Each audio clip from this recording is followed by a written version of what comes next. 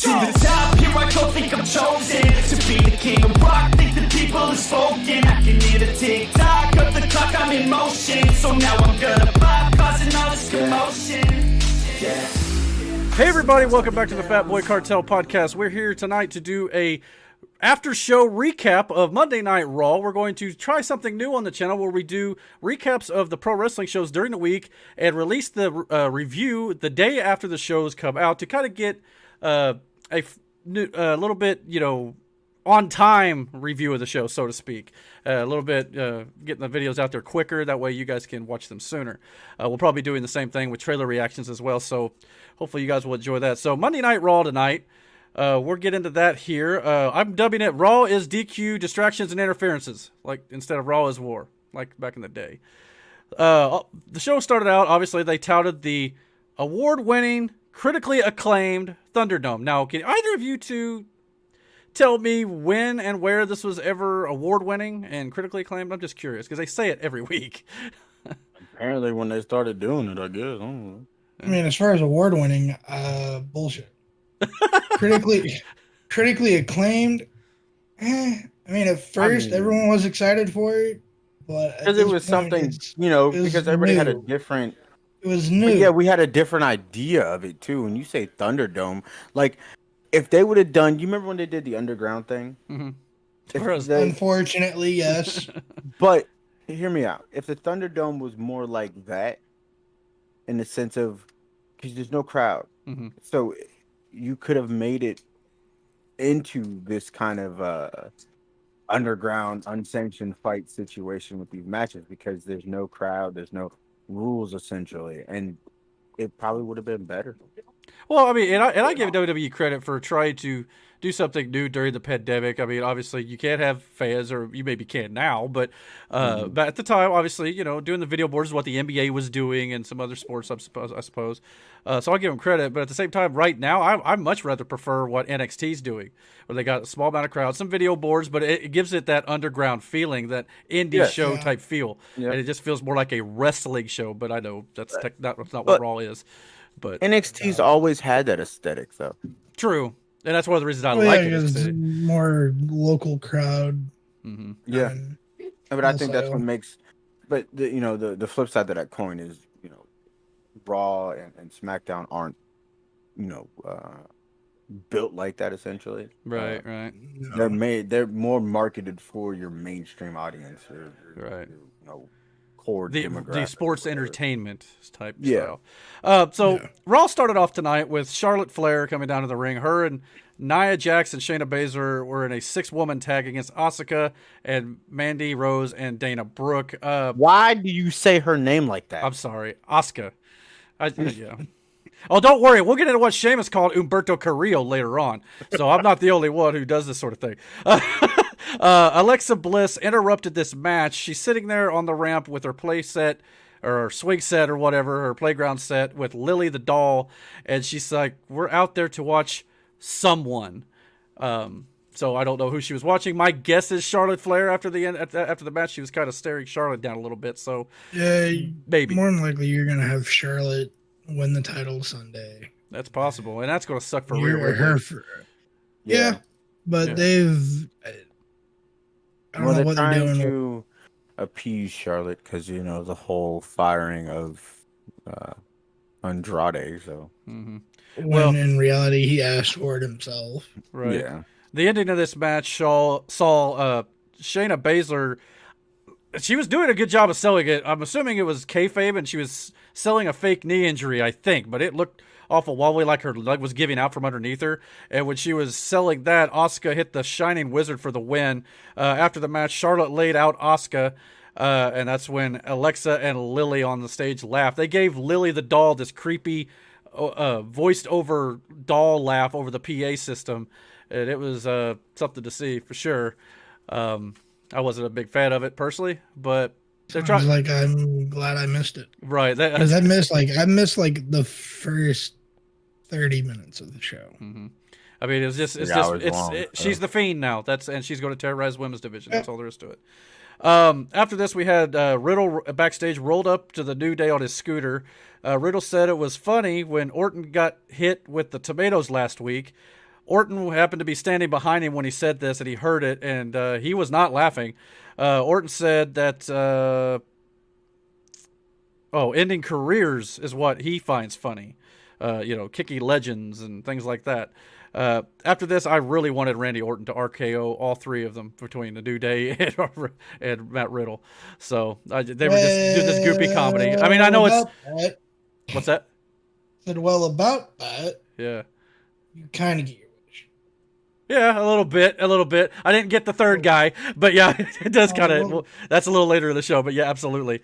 I mean, we expect that kind of comedy from the New Day, but... Well, Riddle at this point even, but... I don't know. I was just ready for Orton just to lay them all out. Then we get MVP. He wants to talk business to Braun Strowman. He says that Lashley would much rather lose the title to Braun instead of Drew. Said if Drew gets so injured tonight where he can't compete at Backlash, then it could just be Braun versus Lashley. He's basically trying to strike a deal with Braun Strowman to get Braun to help him in the main event, which we'll get into that too here in a little bit as to what actually happened here. So he's basically just trying to cut a deal. Braun wasn't having it really. He was just like, I don't like you. Get out of my locker room. Then we got Damien Priest versus. They signed Damien Priest versus The Miz at Backlash. Damien Priest will be against John Morrison tonight, and if Morrison wins, Morrison gets to choose the stip for The Miz on Sunday. But if Damien Priest wins, he gets to choose the stipulation. John Morrison, Johnny Drip Drip, said he was the most moist C superstar. Oh my god! So, yeah. So there's that. Then after this, we see Jinder Mahal backstage. He's back. What the Yep. And he's got two henchmen, which I don't know who these two guys are. I don't know if they've been in NXT. They're NXT guys. Okay, but he called them Veer and Shanky. So, I guess they're just... Do what now? He said their names were Veer and Shanky. Fucking Christ. I mean, this is the same company who did T-Bar and Mace. So, I'm not... Veer, V-E-E-R, I'm guessing. And Shanky, S-H-A-N-K-Y. Shanky, as in I shank you in the shower. Yeah. So, that's a thing. Fuck. Then they all three come out to the ring, and Jinder Mahal versus Jeff Hardy. This was pretty much a squash match. Jeff Hardy got very little offense in this, and they've been running this match on main event. Oh, have they? Jeff Hardy's career is just about done with WWE. I believe. He needs to leave and go team up with Brother Matt. It was really not doing a whole lot in WWE. No, I think it's that point to where they'll just call it off. Maybe. I forget who the fuck said it, but anyway, with if you think about it, who was the most popular out of the Hardys? Well, for a time it was Jeff, but now I wouldn't say that. Yeah, Matt has a mind for wrestling. Agreed. Business wise, Jeff was always the star. He was definitely the high flyest of the two. High flyest. But anyway. In all honesty, with the connections that they have and the knowledge that they have, they could probably just open their own wrestling school if they wanted to in North Carolina. I think what's going to end up happening is, Jeff will probably retire from wrestling altogether, and Matt will soon follow. I don't think the Hardys are going to continuously. No, I think at best, Jeff Hardy might join Matt Hardy's brand on AEW, be one of his crew, but that would be about it. I don't think they're going to be like, tag team champions or anything like that for sure. But and again, I don't. AEW is slowly turning into what WCW was if they keep this up. You can't keep signing all these ex-WWE guys, and it's the same thing when TNA did the same thing. They would sign all these fucking old guys for what? Yeah. It just depends on how they use them, I think. But yeah, you're not wrong. They're signing a lot of talent and doing sort of some of the same stuff. I'm not going to lie. After this, we had Jinder Mahal won clean with the Colossus, by the way. Yeah, it's just to establish Jinder Mahal's. But again, Jeff's not a guy you're going to push. No, and I totally get him jobbing this for sure. I mean, Jeff he's like that gatekeeper. I mean, his job, just like Randy Orton's job, a lot of time is to get somebody else over. It's not about him winning. No. It's no point when you've done everything. You've held every title. There's no point in you doing that again. And they were definitely touting the fact that Jinder Mahal was a former WWE champion. And so they were. I don't know if they're going to plan. I've been hearing rumors that they may do Jinder Mahal versus Drew McIntyre this summer for the title. So I don't know. We'll see. After this, we had Elias and Riker with a basket of tomatoes backstage when AJ and Omos walked up and pointed out how stupid the tomato thing is. Almost took a tomato and crushed it and said that'll be their opponents later tonight. Next, because the next match was RK Bro and New Day versus Elias and Riker and AJ and Omos. They're still doing the dang CGI birds out of freaking Riddle's feet, which it's like at some point They're gonna stop. They're gonna have to stop that soon. Yeah, you would think they're about a month overdue on that, to be honest. The entrances for this match felt like it took an hour because they had commercials interspliced in between the participants, and of course they had 4 teams, and then I believe even Randy Orton and Riddle came down separately. So it's like, get to the match already. The match ended with RKO on Elias for the win after the New Day distracted Almost, who looked very out of place here. He didn't know what he was doing. Looked like, but they had he had no idea. He didn't know. It looked like he didn't know where his spot was. And AJ was on the outside line on his back, and the New Day grabbed both of his legs and started spinning him around like a top when he was laying on his back, and it got almost to the outside. And that's when RKO struck on Elias. After the match, Orton RKO'd the New Day after just for no reason. I guess just because the earlier segment when they were making fun of with the tomato stuff. That was mostly Riddle making fun of it. RKO. Yeah, so Riddle then yelled at Randy Orton and said, "How are we ever going to have friends if you keep doing this?" So I thought that was kind of funny.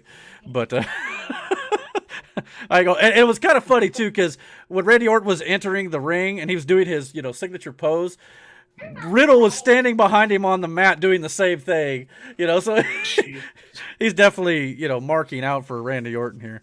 Like you said earlier, Eric, with like Jeff, or no, it's Brandon. Like Jeff, Randy, putting over the younger guys. Yeah. I think that's why they've teamed up Riddle with Orton. Yeah, to give Riddle the rub. Yeah. And not necessarily the rub. It's not necessarily the rub. It's more or less he's like a mentor in this situation. He's going to help. And I think it's backfiring. Yeah, because he RKO'd the New Day. It's not because of Riddle. It's not because of Riddle. It's not because of Riddle or Orton. It's just the direction they're going makes no sense. Yeah. It's the fact that they're still trying to keep Riddle as a comedy act. It's eventually, like we've always said, it's going to be RKO on Riddle, and then Riddle probably will get the win over Randy Orton. He already beat him once anday. That's how they got teamed up. Yeah, which is odd. Talking about those real quick. I got some kid situations. All right, that's cool. We'll move on to the next thing here. Charlotte met with Sonya Deville earlier backstage. Sonya set up Asuka versus Rhea Ripley tonight, despite the fact that Asuka had already wrestled earlier. Asuka, sorry. I'll get it eventually. But Charlotte, to me, is clearly pulling the strings with Sonya Deville here. I mean, I think I mentioned that last week. Yeah, Charlotte is just being Charlotte at this point. I mean, I don't know. Just use her name as a verb. She's Charlotting. I mean, I guess because she's a Flair, but to me, it's like, what do you have on Sonya to get her to do all? Now, maybe Sonya just likes Charlotte. I don't know, but for whatever reason, she's definitely getting her way. I'm tired of seeing Charlotte. Yeah, I think we all are, and it's. I would have really hated if they take the title off Rhea Ripley this soon, but they're going to. They very well could. I mean, I'm not going to deny that. You're probably right. Man, ask yourself this question, Eric. When's the last time Charlotte held the title? How long's it been? Oh, sorry about that. Late last year, I'm guessing, because I know they were tag champ. She was tag champions earlier this year. I'm not talking about tag champions. Yeah. I'm talking about singles. When's the last time she had it? It has been a bit. So whether we all like it or not, I guess Charlotte's due for a fucking title round. Yeah. Why though? To me, as long as it's longer than a week, that's still the ultimate question. But whether we like it or not, Vince is probably well, Charlotte hasn't had the title in a while. Let's put it back on her. And that's the thing, though. But it's not really that. Look, you get the vocal minority who don't like Charlotte, but you watch all these other wrestlings. In their mind, she's the one because she's still the best female wrestler. Yeah. I mean, so they're gonna tout that no matter what. Like, so as much as you can sit here and complain about it, it doesn't really fucking matter. She's a Flair, and they're going. they're Well, going. trust me, I get that, but I'm They're still like- gonna fucking complain. Yeah. I just don't want to see them Rhea Ripley, even though we'll get into a little bit of Rhea Ripley here in a little bit. I think they've already kind of killed her. But anyway, when they definitely set up have. Asuka and Rhea, it's another WrestleMania rematch tonight. We've already got another one in the main event. So again, rematches. Like, what, the third time since Mania that these two faced each other? Something like that. But they haven't, like, besides WrestleMania, they haven't really had a proper one because, again, in the back of No, everybody, because you know, Shirley keeps fucking Exactly. interfering and shit. so it's like, Which she does again tonight a little bit. yeah. So you're not gonna get that. Rinse, like, repeat, that sort of thing. Yeah. Then we had Bobby Lashley backstage says he'll beat Drew again. MVP then says he does not comment on business negotiations, referring to the Braun encounter he had earlier where he was trying to strike a deal with him. Then we got Sheamus coming out. He had a match with Humberto Carrillo. Another match I think we've seen maybe even last week. And I know Mansoor was involved, but I can't remember if it was. Either last I week or the don't- week before that. Yeah. Yeah, I was saying, but it wasn't really a match, was it? Not It last just week, beat- but the week before, he did kind of just beat him just before the beat- match. But yeah, even so, Sheamus got on the mic and said he's the baddest fella, and he would beat Humberto Carrillo. That's what he called him, Carrillo. Christ. And he already beat him before, I think he said. Said he won't do what past U.S. champions did with the U.S. Open Challenge and just give title matches, which, that's smart. Nothing wrong with that. Logically, Fair enough. because he's Fair a enough. heel, so you Yeah, yeah. don't expect him he's not going to do beat John anything Cena. Yeah. in a noble way. No, because again, John Cena was a face, and it was noble of him to do so. Yeah. Call it the same thing, but then just be a dick about it, and it works. So yeah. This match came to an abrupt halt when the referees had to stop the match because Humberto Carrillo tried to do a sunset flip over the top rope to power bomb Sheamus on the outside or whatever. And when he went over Sheamus fell directly on Humberto, did not take the bump properly from what I could tell. It looked like Sheamus's fault, but I don't know who was at fault here, to be honest with you. But it looked like legitimately Sheamus's entire body weight might have landed on Carrillo's knee. I hope he don't have a serious injury here, but the ref, he flat out stopped it right then and there. Did they not do it? I was like half paying attention at that. Well, point. and it seemed like a brutal match at points, but I didn't know if it was a 10 count or if they just no, it was a threw botch the X spot. immediately. I don't know if they threw the X, but they definitely stopped the match, and Humberto was laying there stiff as a board, flat backed. So I hope he's okay. On the outside, Yeah, on the outside, Yeah, on the ground. Yeah. There's a couple spots Humberto went from ring to outside. I know a lot of people on Twitter were blaming Sheamus, but again, I don't know exactly who was at fault, but Sheamus did fall directly on Humberto. Maybe he should have fell backward more. I don't know who controls that spot. That's I mean, a hard it's a- spot yeah. to call. You expect a man Sheamus's height and size to just take a flat back bump from the apron on a power bomb? Yeah. No fucking way. I don't Because there's so much that could have went wrong. Sheamus could have landed on his fucking neck and broke it. It could. And he's already have neck issues. Yeah, And so maybe like, he's trying to protect himself. that. So I don't Yeah, know and it was why just- any of them would let's do this spot. Yeah, it could be one of those things where it was just a freak fucking accident. Too. Yeah, I mean, Yeah. things happen in when you wrestling. take unfortunately. risks, Hell, for all we know, too, this could be storyline, and he wasn't really fucking hurt. It didn't look Hey, when like you it, but if take it is, good job on them because I bought it. I'll tell you that right now. It looked pretty rough. After It could be legit. I'm just saying, like, but you got to think about that on so many other levels too. Like, Yeah. it was a good way to fuck up not only Humberto but also fucking Sheamus. interested by his Yeah, absence, I mean, though. with- All the way around. To be honest as with we you. all know, with wrestling, there's risks. Yeah. Like I said, it could have been one of those just freak fucking accidents too. Yeah. Interested by Could've his done absence, everything. though. Mansoor was not to be seen on this show after his involvement with Sheamus last week. So that's kind of interesting. After this, we had a Lucha House Party video package. It felt very NXT to me. They look like a legit tag team. I'm not gonna lie. It was a good video package showing some of their time in NXT. It was Who really was it? All three of them, or just two no, of them? because No, Kalisto's no Kalisto's longer with the out. company. Oh yeah, that's right. Let's say Dorado and whoever the other. And Grand Grand Metalik. Metalik. But yeah, I like what they did here with the video package. Now, I'm still not sold on the gimmick, the way they played the Lucha House Party. Don't fucking matter anyway because their tag team division is ass right now. They won last week too. I can't remember who they beat, but yeah, they got a win last week. So maybe they're doing something with Lucha House Party. We'll see what they do. Then we had a match that I'm like, okay, you had a breakup last week, and then all of a sudden, out of nowhere, not really any build outside of the breakup. We got Cedric Alexander versus Shelton Benjamin right here on Raw. No build, no advertisement, no nothing. And Shelton Benjamin wins clean, not Cedric. Yep. I don't know. I was thoroughly confused. So I was like, why the fuck are we having Shelton win this? Now, granted, Cedric Alexander was showboating a little bit, and Shelton took advantage. So I guess you could play and continue this and say he wasn't taking Shelton seriously. You could do that whole thing. Yeah, because he started to do that towards the end of their run with the tag titles too. Yeah, but other than that, I'm just like, really? You clearly look like you were going to set up Cedric for something more, and then all of a sudden you beat Cedric the following week. It was very odd. Mm-hmm. After this, we got Angel Garza backstage doing a photo shoot with the rose that he put up Drew Gulak's rear end last week. Gulak showed up and asked him if he thinks this is funny, and Garza just kind of walked away. So I guess that's got to continue. Then we get Asuka. Did I say it right?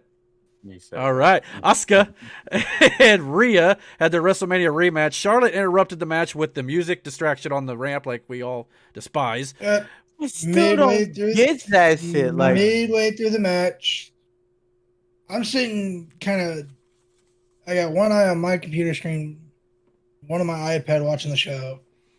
I got the volume up a little bit, and I was like, okay, Rhea and Oscar in a match. Next thing I fucking hear is Charlotte's music. I was like, what the fuck? Mm-hmm. And Lexa did it earlier during the 6-woman tag too. So it's just kind of a thing that they do. I mean, I would love to just see somebody walk out on the ramp, no music, and just stand there and stare.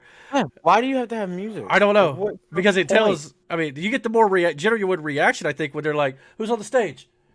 Yeah. When the crowd doesn't know because the music hits, who it is. So exactly, I don't understand this with like face wrestlers. They're like, when the music hits, you stop everything you're doing. Yeah, and we're gonna get into that because Rhea immediately got distracted, and Asuka took advantage and took control of the match at this point. Which again, she's playing the dumb babyface role, but she was a heel at Mania, so I don't know what Rhea is. She's kind of a tweeter, but they don't know what the fuck they're doing. They don't know who's heel and face sometimes. I heard somewhere that I guess, I don't know if it was Rhea specifically or they're just having everyone do it, but I guess they're having them run through acting classes. Oh goodness, it's not taken. And at that point, it's like, are these the same? Are these the same acting classes that those soap opera writers have their actors go through? Because some of them soap operas are awful. I was gonna say, dude, like I think it was the Monday after Mania that they had Rhea cut a promo, and like I think you said that episode or the full podcast, like it looked like Rhea was reading off a teleprompter. Mm-hmm. She wasn't looking at the camera and stuff. So we're doing amateur acting classes to where you're taught to stare directly at what you're reading. Yeah, I guess. Charlotte then joined the commentary booth after the commercial break, where Rhea got distracted again multiple times by Charlotte just from sitting there, and Charlotte was taunting Asuka. Yeah, at this point I tuned out for a bit. Yeah, but I can't stand. But Charlotte. somehow, at least they were smart enough to give Rhea the win, so they did not pin the champion. But it's not any better that you pin one of the two number one contenders for the triple threat tag next week, which she pinned Asuka. So it's like, is it too much to ask for a company to keep all the challengers and the champion strong going into the title match? That's all I'm asking. Yeah, like my thing is like, why have your champion and one of the other two number one contenders have a match on the go home show? Yeah, I mean, especially a match we already seen 3-4 weeks ago. And the same goes with the Bobby and Drew tonight, and then what was it, Bobby Braun last week? Yeah, Yep. Yeah. I mean, it wasn't the go home show last week, but still, why? Because it's not all three; it's only two out of the match, so it's not technically ruined. But it's not good. That's irrelevant. I agree. You're still giving away a portion of a match. Yeah. Yeah. On still free television. Beating one of your number one contenders here. There's plenty of other guys you could have used in that. Yeah. I mean, you can still have Charlotte and Asuka outside the ring, but Rhea defeats somebody in the ring and she's gloating to the two contenders. That's the way I'd rather do it. I mean, exactly. That's just off the top of my head. Is that not how they did it in the past? Yeah. They leading up to a pay-per-view, they wouldn't let the two. No, yeah, and then you could they have, wouldn't let him in the ring at the same time. or even if that's what you wanted, that screen of or that shot of these guys all in there, then you could have them argue, get in the ring. Well, No being thrown, but then just screaming at each other, then off air. I mean, you could have done the same thing in with the men. Well, and here's one thing. Again, I don't mean to praise AEW too much, but one of the things I do think they do well, and even they do it on Elevation and stuff like this too, the use of developmental talent to where, or I don't know if you want to say jobbers, but at the same time, you take a champion or a contender, put them in these matches. I know to the crowd it's boring sometimes because you know who's going to win. It's predictable.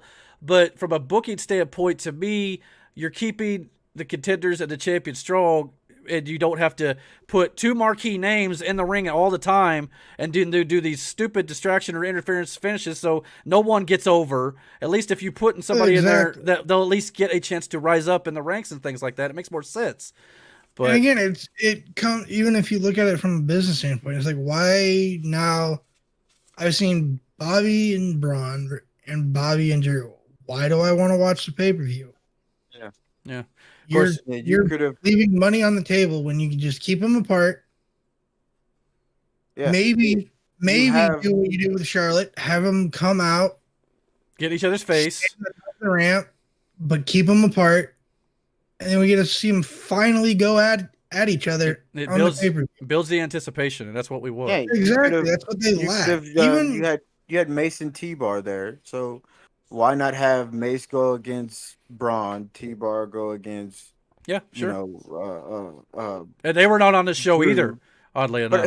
But I know, but you could have booked this, right? Yeah, you could. And then give Bobby the night off. Have Bobby out there for both of those matches. Yeah, just watching his contenders, just watch his challengers, just scout them. And then have that thing at the end where they're just trash talking one another. When you have all three men, and hell, you don't even have to have them all come down to the ring. Have say Bobby's out there for Drew's match, Mm-hmm. and then before it goes off air, On's music hits, he's just standing at the top of the ramp, like everybody's jaw jacking back and forth. That's all you got to do, and then fade to black and roll credits. Yeah, I agree. Fuck, even the contract signings, I'm starting to miss. Yeah. Well, they have taken a bit of a break. Yeah. At least, despite knowing, like, hey, there's a contract signing, someone's going to the damn table. Mm-hmm. And that's another thing you can do without getting physical. I'm starting to miss that. Mm-hmm. And that was an overran trope they did forever. But at least to their credit, they have taken a break from that. I'll give them that. Next, we had Drew McIntyre backstage. He said if Braun gets it his way, he's going to Claymore both he and Lashley. Blah, blah, blah, blah. Then we had Morrison versus Damien Priest. Damien Priest wins. Morrison is not doing well lately with The Miz, and he cost Miz this stipulation here. I think a breakup between The Miz and Morrison is definitely on the horizon. Oh, man, you're going to get Johnny Drip solo, bro. Then you know what? They'll probably still treat him like hot garbage and a goof, but I welcome the singles run, absolutely. But he shouldn't have came back. Isn't he the one who's... I thought someone said he's married to Taya Valkyrie, Frankie Monet. Is that true? Yeah. Why don't you... I mean, I know she's in NXT, but why not pair those two up and just... Send him to NXT. Or, that'd be fine, too. I'd be okay with that. He'd be a lot better than NXT, guaranteed. So... Anyway, I'd be down for that. After the break, Damien said he announced a stipulation to Adam Pearce. He said he wants Miz in a lumberjack match this Sunday at WrestleMania Backlash. So I guess that's the thing. He says it's so Miz I haven't seen a solid-ass lumberjack match in a minute, though. He said it's to keep Miz from running away. Like, that's going to stop him. No, because you'll get all the heels on one side. If you do it right, get all the heels on one side and all the faces on the other. Mm-hmm. I mean, we'll see what they do, but I'm not too... I mean, I'm glad to see maybe something a little different, but I just know how WWE is going to book that, and it's not going to be any better than any other time they've done it. Main event saw... But it should be solid in ring, though. Yeah, I can see that.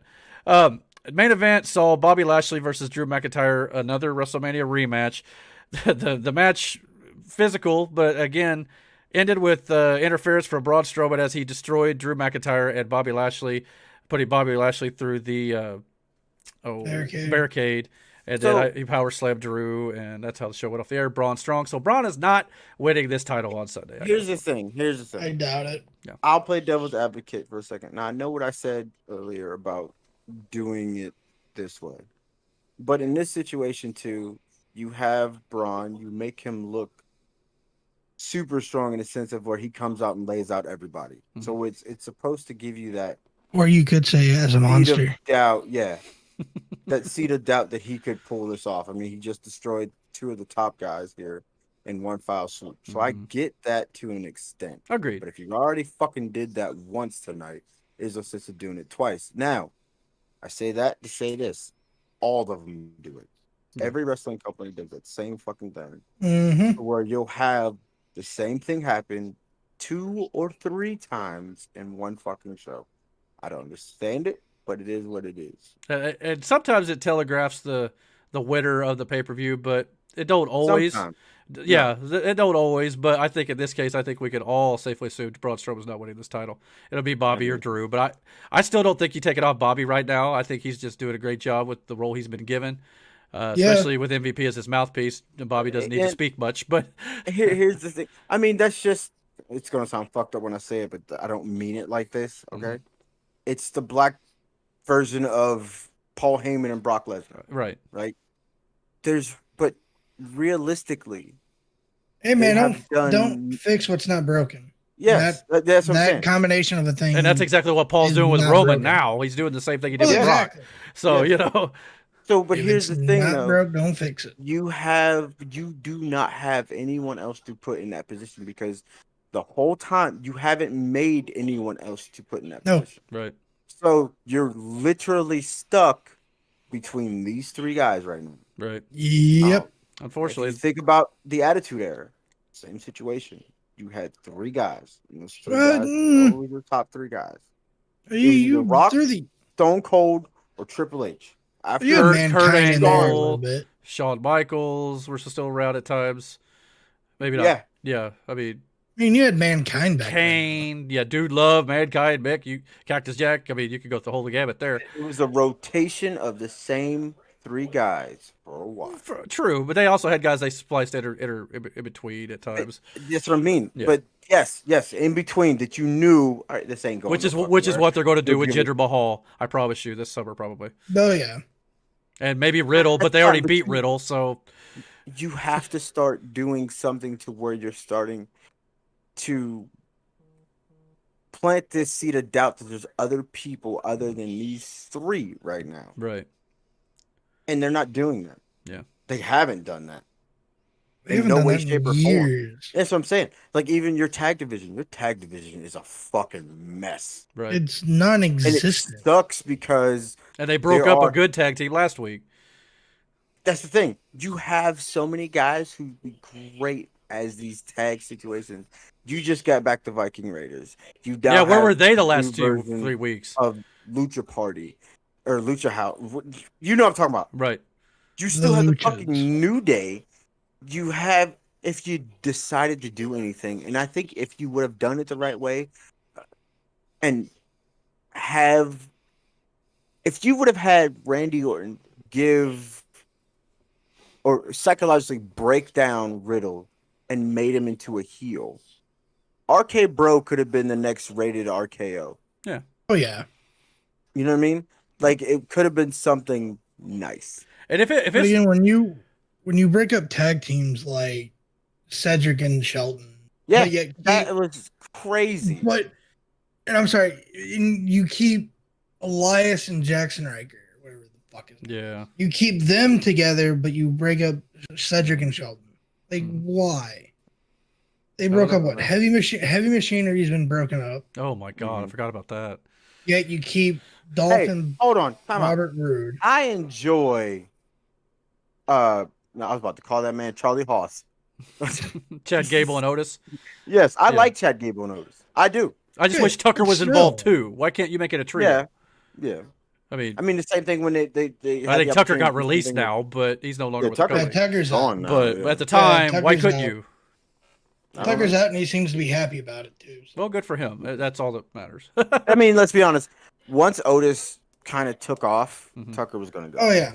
All right. That was going to happen. Yeah. Otis was your Michaels, and Tucker got.